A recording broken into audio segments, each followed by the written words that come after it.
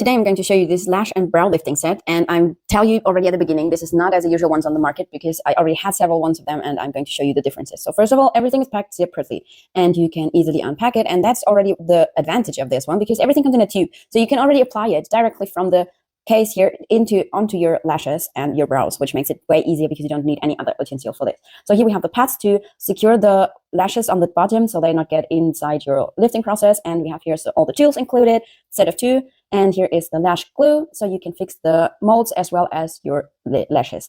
These are the molds and the other tools. With the instruction, you have every step included because this is also an advantage. I had another one and I had to go back to Amazon and see what the steps are, and here's already written inside, and it's in multi-languages. So here you have the whole set placed up and you can see what's all included. It's definitely everything you need. So here's the side from the beginning, before I started. First of all, we start with the patches here and put them on your lower lashes to secure them. And then we glue the molds on your eyelid and put the lashes on it as well with the glue. So this process is a little bit tricky, but with more experience, you'll be faster with it.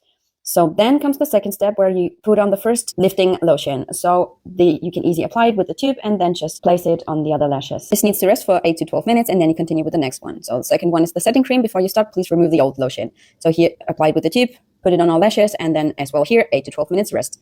Third one is then the nutrition lotion, and you can simply place that as well as the other ones on top of it. Put a brush and use it as to remove it from the mold. So then you can have your lashes and see the difference before and after. And I can say this was filmed during different day times, so that's why my eyes are more red. So I definitely like it, and it's a supernatural look because this is not done with a lash curler or anything. So this is only about this lifting process.